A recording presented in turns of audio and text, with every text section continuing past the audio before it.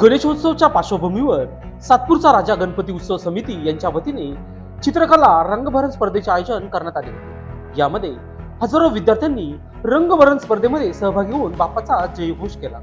यावेळी उत्कृष्ट विद्यार्थ्यांना पारितोषिक देखील देण्यात येणार असल्याचे मंडळाचे संस्थापक अध्यक्ष राजाभाऊ खताळे यांनी सांगितले आहे। यावेळी सकाळी आरतीचा मान चेतन खैरनार यांना मिळाला। यांनी बाप्पाची आरती करून सर्वांना सुख शांती समाधान मिळू दे अशी प्रार्थना केली। यावेळी सातपूरच्या राजा मित्र मंडळाचे पदाधिकारी व तसेच विद्यार्थी मोठ्या संख्येने या ठिकाणी उपस्थित होते।